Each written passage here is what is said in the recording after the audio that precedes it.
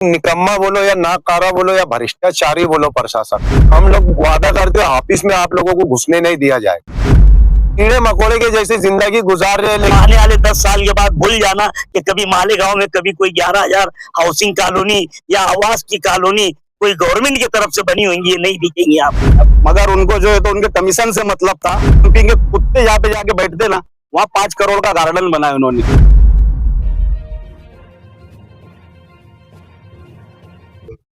मुद्दा अचानक से नहीं दौरा हुआ हमारा, बहुत सारे दिनों से बेचारों की कंप्लेन थी। लाइट, पानी और रोड वगैरह ड्रेनेज एकदम ब्लॉक हो गई है। ये कंप्लेन बहुत सारे दिन से, हम लोग जब से बॉडी आई जब से कंप्लेन थी। लेकिन अभी आप लोगों ने देखे बीच में रमजान महीना लग गया था, फिर बजट का भी अभी चल रहा है, इसके लिए हमने तवज्जो नहीं। प्रशासक राज जो बैठा था उनके पास गरीबों ने धरना आंदोलन किए, लेकिन इनकी सुनवाई नहीं हुई। आज मैं बताता हूं कि जो तरीके से ये जिंदगी जी रहे बेचारे, तो मैं बोलता शायद ही कोई रह पाएगा, इसे इनकी नौबत है। आप लोगों ने देखा बिल्डिंग की पर्दियां सब गिर रही है। ये मूलभूत सुविधा बोल के एक आईएसडीपी का पैसा पड़ा रहता है, जो सालों से पड़ा है। आज वो 80-81 करोड़ है। प्रशासक चाहता तो वो पैसा यूज करके यहाँ पे इनको सुविधा कर देता, लेकिन निकम्मा बोलो या नाकारा बोलो या भ्रष्टाचारी बोलो प्रशासक, इन्होंने काम नहीं किया।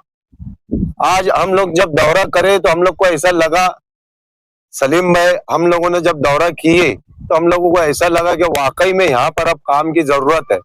हमने कमिश्नर साहब को भी फोन किए, हमको आसिफ साहब पास भी कंप्लेन की ये लोगों ने, महापुर मैडम उनके पास भी कंप्लेन किए।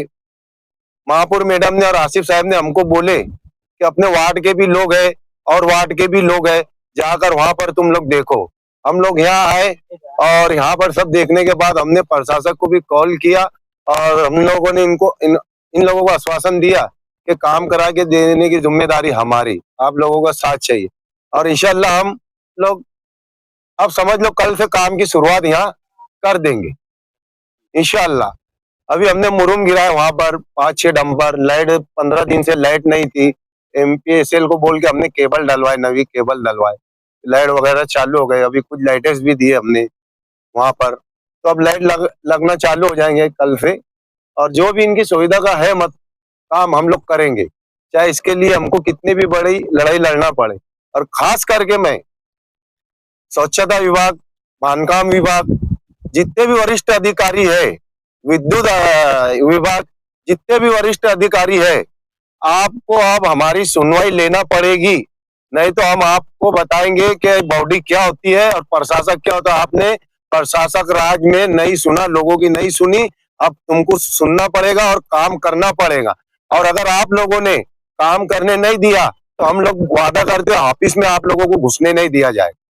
हम लोग जुम्मा के दिन सलीम भाई हमारे पास, जलील हाजी पास, रज्जू के पास, सब लोग आए। जलील हाजी साहब आज भी कुछ काम से बाहर है, वो आ नहीं पाए। अज्जू भी कोई काम से बाहर है, वो भी आ नहीं पाया। सलीम भाई और मैं यहाँ पर जब आए केबल को लेकर, तो यहाँ देखे कि जो अंडरग्राउंड केबल है, वो ड्रेनेज है ना लीकेज है, वो केबल के अंदर है ना पानी है। तो बताओ मेरे को कैसे वो एमपीएसएल वाले भी काम करें, क्योंकि ड्रेनेज इतनी ब्लॉक है और इतना पानी है कि अगर कोई, मैं तो बोलता हूँ कोई हादसा हुआ ना तो कई लोग है ना पानी में अगर करंट उतर गया ना तो कई लोग मर जाएंगे। बिल्डिंगें क्या अगर गिरी ना तो कई लोग मर जाए। अभी इससे पहले एक बच्ची के बताए, वो बच्ची का हम लोगों को आज टाका लगा है, उसको पर्दी गिरी दो। और अभी जो पर्दी ऐसे लटक रही है, अगर वो काम नहीं हुआ तो कुछ भी हादसा हो सकता है यहाँ पर। तो इसके लिए मैं बोल रहा हूँ प्रशासक को कि कान खोलकर सुन लो, जल्दी इस पर है ना तवज्जो दो और आकर यहाँ पर इनका देखो, आने का नाम नहीं लेते। अब ये टाकी देख रहे हैं आप पीछे, पानी का मसला है, इसमें कौवे, बगले, चिड़िया सब मरी हुई है। ऊपर ढक्कन नहीं है टाकी पे, चढ़ने के लिए सीढ़ी नहीं है। तो ये अंधे है कि इधर जो भी वार्ड इंजीनियर है वार्ड के इधर आते हैं, ये अंधे है कि इनको दिखाई नहीं दे रहा। अभी लोगों का ऐसा बोलना है कि हर रोज हम कंप्लेन करते, हर रोज हम कंप्लेन करते, लेकिन कोई हमारी सुनता नहीं। इंशाल्लाह हम उनकी उम्मीद पे खरा उतरेंगे, क्योंकि हमने खुद हमारी आंखों से देखा है। मैं तो बोलता हूँ हम लोग ना वार्ड छोड़ देंगे, हम चारों मेंबर, लेकिन इधर हमारी तवज्जो ज्यादा रहेगी, क्योंकि ये इंसान है, ये भी कीड़े मकोड़े के जैसे जिंदगी गुजार रहे हैं, लेकिन प्रशासक के कान पे जू नहीं आ रही। हम तो एकदम खतरनाक अभी वार्निंग देना चाहूंगा मैं कि प्रशासक अब काम करने के एकटू हो जाए एकदम, ना तो हम एकटू होंगे ना तो तुमको ऑफिस में नहीं घुसने देंगे, और जब हम बोलेंगे यहाँ विजिट करने का उनको विजिट करना पड़ेगी। अभी हम आसिफ साहब से भी बात करेंगे कि यहाँ पर ऐसी ऐसी सिचुएशन है जैसा उन्होंने हमको बोला आसिफ साहब ने, और महापौर मैडम के साथ भी एक अलावा बैठक लेंगे हम लोग, और आसिफ साहब के कान पे बात डालकर यहाँ क्या हम लोग को अच्छे से अच्छा करते आता हम लोग करने की कोशिश करेंगे। सबसे पहले तो हमारे हाउस लीडर निहाल हाजी साहब, महमूद शाह साहब और मैं खुद यहाँ पर 11,000 कॉलोनी का दौरा किया, क्योंकि जुमा के रोज आसिफ भाई, इम्तियाज भाई, इन लोगों ने जो पावर 3-4 रोज से जो डीपी उड़ी हुई थी और 3-4 रोज से पावर नहीं थी, वो मसले को लेकर के भाइयों का और लेडीज लोगों का और हमारे जो है मर्द हजरात का एक बड़ा मंडल जो है हमारे पास आया, और उन्होंने हमसे ये शिकायत की कि 3-4 रोज से वहां का बिजली लाइट जो है हमारा बंद है, डीपी बंद है।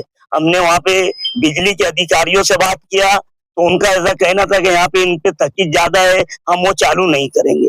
मगर निहाल हाजी साहब, हमने जो भी हमको उनसे बात करना थी हमने बात किया, और दूसरे दिन से लाइट सप्लाई जो है वो शुरू हुई है। मेरा ये बोलना है कि जिस तरीके से ये 11,000 कॉलोनी पूरे महाराष्ट्र में सोलापुर के बाद सबसे बड़ी प्रोजेक्ट जो है वो मालेगांव शहर को शेख रशीद साहब ने उस वक्त तो विलासराव देशमुख गवर्नमेंट से लाया था, मगर आज तुम हम अपनी आंखों से देखो तो दोनों तरफ की जो है खोलियां, दोनों तरफ की कॉलोनी की ना खिड़की है ना दरवाजे है। आगे अगर इन पर मूलभूत सुविधा पे ध्यान नहीं दिया गया तो आगे 5 साल के बाद ये बिल्डिंगें भी आपको नहीं दिखेंगी, क्योंकि जिस तरीके से यहाँ पर चोरी हो रही है, मूलभूत सुविधा का फुकदान है, तो ये धीरे धीरे ये जो है डैमेज होते जा रहा है। अभी पीछे पर्दे गिरने के हादसात हुए, आगे पूरी पूरी बिल्डिंग गिरने के हादसात होंगे। तो अब हम इस बात को लेकर के निहाल हाजी साहब, हमारे कारपोरेटर, हम हमारे लीडर आसिफ शेख रशीद साहब से बात करेंगे, मेयर साहिबा से बात करेंगे, कमिश्नर से बात करके एक अलावा बैठक लगाएंगे। वो बैठक में सभी पद अधिकारी और सभी अधिकारियों को बैठ करके यहाँ पर हम मूलभूत सुविधा क्या दे सकते हैं। अगर ये कॉलोनी को जिंदा रखना है तो इसकी मूलभूत सुविधा और इसके मेंटेनेंस पे ध्यान रखना होगा, और नहीं तो आने वाले 10 साल के बाद भूल जाना कि कभी मालेगांव में कभी कोई 11,000 हाउसिंग कॉलोनी या आवास की कॉलोनी कोई गवर्नमेंट की तरफ से बनी होंगी, ये नहीं दिखेंगी आप। अभी जैसा कि करोड़ों रुपये लगा करके यहाँ गार्डन बनवाया जा रहा है, मगर इतने जो रहवासी है उनके लिए एक छोटा सा इमदादी दवाखाना भी नहीं है, तो उसके लिए आप क्या करना चाहोगे? ये गार्डन तो जो है किसके फंड से बना है अभी मुझे इसका इल्म नहीं है, मगर यहाँ पर क्लिनिक में जो है बेड लगना चाहिए, सलाइन वगैरह की सुविधा रहना चाहिए। अब हाजी साहब, हम आरोग्य अधिकारी से वो भी बात करेंगे। हमने मूलभूत सुविधा को लेकर के, चाहे इनके ड्रेनेज की हो, चाहे कचरे की हो, चाहे पानी की टांकी की हो, चाहे बिजली की हो, ये जो मूलभूत सुविधा देना है, इस पे हम अल्लाह के करम से जो हमारी जात से हो सकता है, हम एज अ कारपोरेटर तो जो है ठीक है अपनी जगह, लेकिन हम इसमें सवाब जारिया के जरिए भी जो काम हमसे हो सकता है हम वो बिल्कुल करेंगे। और इंशाअल्लाह अज़ीज़ आने वाले दिनों में आपको यहाँ पर देखने का मंजर देखने को मिलेगा कि हमने कुछ न कुछ बदलाव लाया है। जनता को आप क्या मैसेज देना चाहोगे? जो आप मूलभूत सुविधा के बारे में बात कर रहे हो, तो कितने दिनों के अंदर काम आप हम कल से जो है निहाल हाजी साहब, हम कल से हमारे कारपोरेटर, कल से हम हमारी कारपोरेशन में एक्टिव रहेंगे, हमारी अलावा बैठक हो जाए, बड़े अधिकारियों की विजिट हो जाए, और उसके बाद फिर काम आपको देखने मिलेगा कि जो जो बात और जो जो काम और जो जो तकालीफ ये आवाम ने हमें बताई, वो धीरे धीरे एक एक करके हम उसको जो है सुधारने का काम शुरू कर देंगे। आप दौरा करेंगे 11,000? इंशाअल्लाह अज़ीज़ हम दौरा करेंगे, और जो हमारे यहाँ के जवाबदार है उनके संपर्क में भी रहेंगे। आप सब लोग भी आए, आपने भी दौरा किया, ये सिर्फ मेरी तुम्हारी या जो रह रहे इनकी जवाबदारी नहीं है, इसमें प्रशासन ने भी ध्यान देना चाहिए।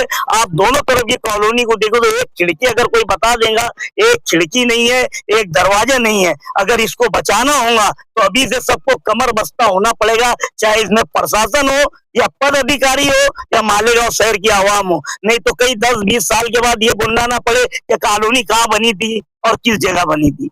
इसको जिंदा रखने के लिए हमें सबको कमर बस्ता होना पड़ेगा। कॉलोनी के रहवासियों की एक शिकायत हमेशा रहती है कि कॉलोनी के अंदर हर लीडर आता है, देख करके तसल्ली दे करके चला जाता है, मगर आगे कार्रवाई कुछ नहीं करता है। तो आप जनता को कैसे विश्वास दिलाओगे कि जल्द ही आप काम चालू करें? नहीं, हम तो जो है इंशाल्लाह काम करेंगे। हमने जो बातें की थी इलेक्शन के अंदर, जो वादे किए थे, हम उस पे अमल पैरा है। बजट अभी पहला बजट भी हमारा आया नहीं है, जरा पहला बजट आ जाए, हम इसमें क्या हेड पकड़ सकते हैं हम वो भी करेंगे।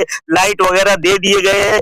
बिजली के मसाइल पर जो जायद बिल आ रहा है, हम वो चीफ एग्जीक्यूटिव ऑफिसर का टाइम लेकर के जो बिजली का बिल ज्यादा आ रहा है वो भी जो है सीधे और सही तरीके से आए, उस पर भी बात करेंगे। हम आपको और आपके चैनल के माध्यम से यहाँ पे रहने वालों को ये भरोसा दिलाते हैं और हम अल्लाह की जात से ये उम्मीद रखते हैं कि हम अच्छा और बेहतर काम करने की कोशिश करेंगे। कई सालों के बाद पेड़ पट्टी है, नल पट्टी ज्यादा मारी गई है। कारपोरेशन ने जो रेगुलर हर साल देना चाहिए था, लेकिन कई सालों के बाद वो एक साथ मारी गई, तो गरीब कैसे भरे? वो घर पट्टी का मामला हो, चाहे इलेक्ट्रिसिटी बिल का मामला हो, चाहे मूलभूत सुविधा का मामला हो, हम एक बैठक लेने के बाद ये सब चीज पे आपको बहुत क्लियर जवाब दे देंगे। जरा एक बार हम भी समझ लेंगे क्या है, और आपके मेंटेनेंस का पैसा वगैरह जो है वो भी समझ ले। लेकिन इंशाअल्लाह अजीज हम पूरा काम जो है आपकी तवक्कुआत है उस पर खरा उतरने की कोशिश करेंगे। यस, कॉलोनी में हमारे पार्टी के, इस्लाम पार्टी के हाउस लीडर निहाल हाजी, हमारे कारपोरेटर माजी चेयरमैन सलीम अनवर साहब, महमूद शाह साहब एक बहुत बड़े सोशल वर्कर रहे शुरू से। इन्होंने हमारे बुलाने पे हमारी तकलीफ को देखा, हमारी तकलीफ को समझते हुए पहले काम की शुरुआत किए, उसके बाद में यहाँ विजिट किए उन्होंने। दूसरी एक बात, पिछली महासभा में आयरा मैडम साहिबा ने एक मुद्दा उठाए थे कि शेख रशीद साहब का एक ख्वाब था 11,000 कॉलोनी में जो शहर के गरीब तबके के लोग हैं वो जाए और उनको अच्छी सुविधा मिले। तो मैं ये बोलना चाहूंगा आसिफ शेख रशीद साहब से, महापौर मैडम साहब से, खालिद हाजी साहब से कि तुमने अगर तुम्हारे बचपन में कोई ख्वाब देखे बचपन से लेके आज तक, तो से तुम्हारी आंख खुलने से पहले शेख रशीद साहब ने तुम्हारा ख्वाब पूरा करे। अब उनके जाने के बाद ये तुम्हारी जिम्मेदारी है कि उनका ये जो ख्वाब था तुम उनको पूरा करो, और कैसे यहाँ पे लोगों को सुविधा दे सकते ये सुविधा दो। एक सवाल आपने सलीम अनवर साहब से पूछे कि यहाँ गार्डन बन रहा 5 करोड़ का, तो किसके फंड से बन रहा है? ये गार्डन जो है तो मुफ्ती इस्माइल आमदार जो है हमारे यहाँ के, उनके फंड से, उनके बजट से बन रहा। करना तो ये चाहिए था कि उन्होंने वो 5 करोड़ की बजाय 2 करोड़ का भी अगर यहाँ काम करते तो आज शहर के 11,000 कॉलोनी के लोग इतनी परेशानी में नहीं होते थे। मगर उनको जो है तो उनके कमीशन से मतलब था, इसलिए उन्होंने। आपके बात को काटते हुए एक सवाल आपसे करना चाहूंगा। बोलिए। आप अभी लाइट की प्रॉब्लम लेकर के इस्लाम पार्टी के लीडरान के पास गए जी। इससे पहले आप, जैसे कि आपने खुद कहा कि आमदार साहब के फंड से गार्डन बन रहा है, तो आप कभी आमदार साहब के पास क्यों नहीं गए? आमदार साहब खुद यहाँ आके विजिट किए थे, मगर कब किए थे? जब इलेक्शन का जब वक्त था तो उन्होंने आके विजिट किए, देखे कि सड़कों के ऊपर बहुत गंदा पानी है, बिल्डिंगों के हालात बहुत खराब है। अब सबसे पहले आदमी इधर से आता तो ये कुछ आसमान पे तो बनी नहीं है ये बिल्डिंग, सबसे पहले यही उनके हाल समझ में आए थे कि भाई दर्शनी भाग ऐसा है तो अंदर का कैसा होगा, मतलब टेलर ऐसा है तो पिक्चर कैसी होंगी। तो उनको ये नहीं समझा। उन्होंने जहाँ नदी किनारे जहाँ किसी का आना जाना नहीं है, जहाँ वो कचरा ग्राउंड डंपिंग के कुत्ते जहाँ पे जाके बैठते ना, वहाँ 5 करोड़ का गार्डन बनाया उन्होंने। वो कुत्ते बैठे वहां पे, कुत्ते भी नहीं बैठे, 5 करोड़ का गार्डन भी ऐसा बना है वहां पे।